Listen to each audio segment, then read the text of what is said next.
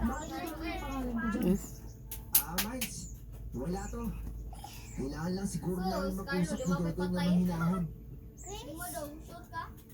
Ramdam ko sa tingin mo lulis ang pagbabanta. Aaminin ko, nagtampo ko sa kanila. Swim na! Miles.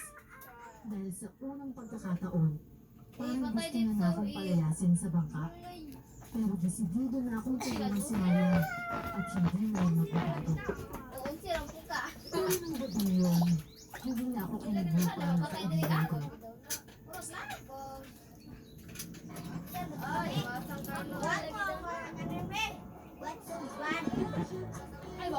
Butangan na to nag-chlorine.